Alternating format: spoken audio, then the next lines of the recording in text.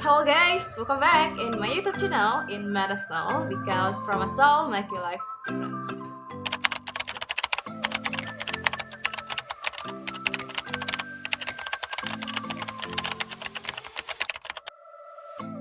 Jadi mahasiswa kedokteran punya tantangan tersendiri, mengingat banyaknya pertanyaan tentang bagaimana belajar efektif di kedokteran. Hal ini terjadi karena adanya beban materi yang banyak ditambah dengan waktu yang terbatas, membuat mahasiswa tersebut harus menemukan cara belajar yang efektif untuk diri mereka pribadi, karena antara satu mahasiswa dengan mahasiswa lainnya mungkin memiliki cara belajar yang berbeda-beda. Sebab itu banyak peneliti yang berusaha untuk menemukan bagaimana sih belajar efektif di kedokteran. So, kali ini kita akan membahas metode belajar dan kebiasaan dari mahasiswa kedokteran terkhusus di negara Arab, plus how the 10 top student habits at that university. So, kita akan mengeksplor jurnal berikut. Jurnal ini penelitiannya dilakukan dari bulan September hingga bulan Desember 2019 dengan jumlah mahasiswanya 675 mahasiswa dari 6 university di Saudi Arabia yang kuliah di kedokteran. Dan dari hasil penelitian ini menunjukkan bahwa adanya hubungan antara kebiasaan belajar dengan prestasi akademik yang diraih. Artinya, kebiasaan belajar itu bisa diciptakan untuk memperoleh hasil yang lebih baik. Penelitian ini memakai kuesioner untuk standarisasi kebiasaan belajar di kedokteran, dan hal ini mencakup 4 hal. Yang pertama, prioritas dalam belajar. Kedua, knowledge retention strategy atau strategi pemeliharaan pengetahuan mereka. Yang ketiga, jam belajar harian. Yang keempat, sumber pembelajaran. Oh, bagaimana hasil penelitiannya? Let's explain it. Metode belajar. In this case, metode pembelajaran yang paling banyak digunakan adalah belajar sendiri, yaitu sebanyak 45,6% dari seluruh mahasiswa.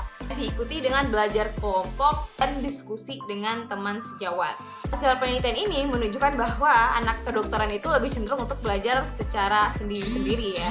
Nah, makanya anak kedokteran itu cenderung dibilang egois.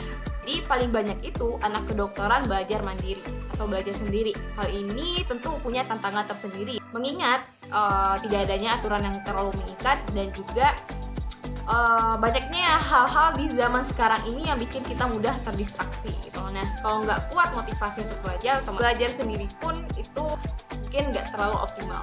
Sumber pembelajaran. Nah, di video aku sebelumnya itu ada beberapa pembelajaran yang biasanya dipakai oleh HNFK. Bisa dilihat di link di description. Dari penelitian ini paling banyak mahasiswa itu pembelajarannya ya hampir sama ya dengan universitas aku.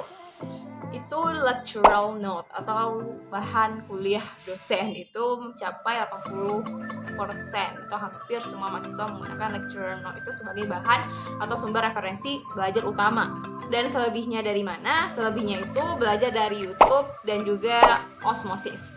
Sumber pembelajaran tadi itu ketika tidak ada ujian dalam waktu dekat ini. Nah, jika ada ujian, mereka itu hampir sama, tidak ada perbedaan yang terlalu drastis. Paling banyak itu sumber pembelajarannya itu dari lecturer notes ditambah dengan catatan pribadi mereka. Nah, itu hampir 94% menggunakan lecturer note itu sebagai bahan utama sumber bacaan sebelum ujian. Selebihnya, 74% dari mereka itu mengkombinasikan dengan membahas soal ujian sebelumnya. Jadi mereka jadiin bahan soal itu sebagai bahan bacaan. Cukup kaget ya, aku kirain itu cuma di Indonesia doang. Ternyata di luar juga. Ntar kita lihat ya di negara Eropa bagaimana mereka belajar di sana. 4,4% ini dia mereview buku-buku referensi yang terkait dengan materi gitu. Jadi self assessment.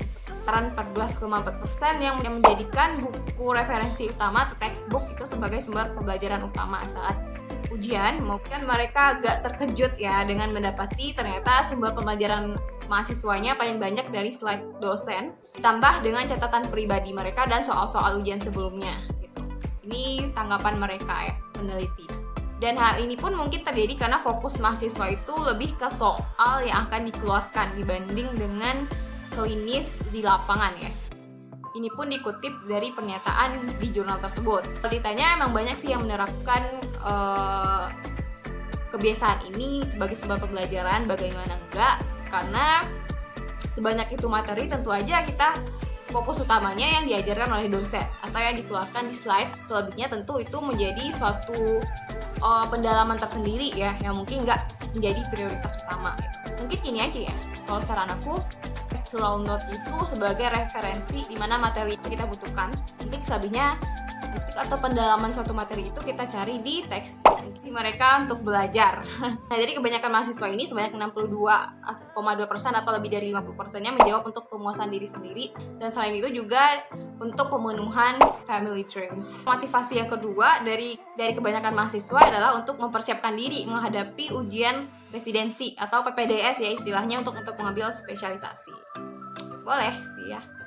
Mereka yang terbanyak yang ketiga itu tentang pendapatan tinggi ya sebagai dokter, jadi mereka harus belajar gitu. Keempat itu yang paling sedikit motivasinya dari mahasiswa itu adalah karena mereka punya alasan tersendiri yang nggak dicantumkan atau nggak disebutkan di penelitian ini. Mereka juga membahas tentang the top 10 student habits at that university. Apa aja? Yang pertama itu mereka bisa mengolah waktu mereka secara efektif, menyingkirkan sesuatu yang mendistraksi mereka seperti keluarga, teman, sosial media, dan sebagainya. Mereka bisa menentukan mana yang menjadi prioritas, mana yang nggak menjadi prioritas mereka. Jadi yang kedua, mereka menetapkan tujuan mereka itu secara terperinci tentang kegiatan mereka, baik dalam jangka pendek maupun dalam jangka panjang gitu. Jadi mereka kayak bikin to-do list ya, bikin kegiatan atau aktivitas di satu hari, dan mereka memang mengerjakan apa yang mereka rencanakan dari awal. Apa yang menjadi prioritas mereka kerjakan terlebih dahulu, dan yang nggak jadi prioritas kan belakangan gitu. Untuk jam belajar, ternyata mahasiswa kedokteran yang top 10 in Arabic punya jam belajar 3-4 jam per hari ya. Ini di luar ketika mau ujian, maksudnya ini konsisten dilakukan tiap hari belajar mengenai materi di kedokteran gitu. Yang keempat, mereka belajar dari berbagai sumber, nggak cuma dari lecturer note ataupun dari catatan pribadi ataupun YouTube dan sebagainya. Dan juga mereka memakai teknologi biar mereka efektif dalam belajar. Misalnya nih, belajar anatomi, mereka menggunakan visual 3D biar mereka lebih paham tentang anatomi dari suatu struktur tubuh. Mereka bisa juga belajar kayak di osmosis dan di video pembelajaran lainnya yang dapat memudahkan mereka untuk merangkum suatu materi. Kelima, mereka ternyata atau enggak, mereka tuh sharing for caring gitu. Jadi yang kelima, mereka punya kebiasaan ilmu yang mereka dapatkan itu mereka lebih suka sharing ke teman-temannya. Nah, ini nih bisa ditiru. Jadi semakin kita sharing, jadi ternyata memori yang akan tinggal di otak itu ternyata lebih lama. Bukan pelit ilmu top 10-nya, ternyata mereka sharing ilmu. Karena semakin sering mereka mengulang satu materi, maka mereka akan semakin paham. They know that. Yang keenam, kebiasaan mereka itu ternyata juga memakai lectural notes sebagai bahan referensi utama, ditambah dengan buku-buku referensi jika ada hal-hal yang nggak mereka pahami dari lectural notes ataupun dari catatan pribadi mereka.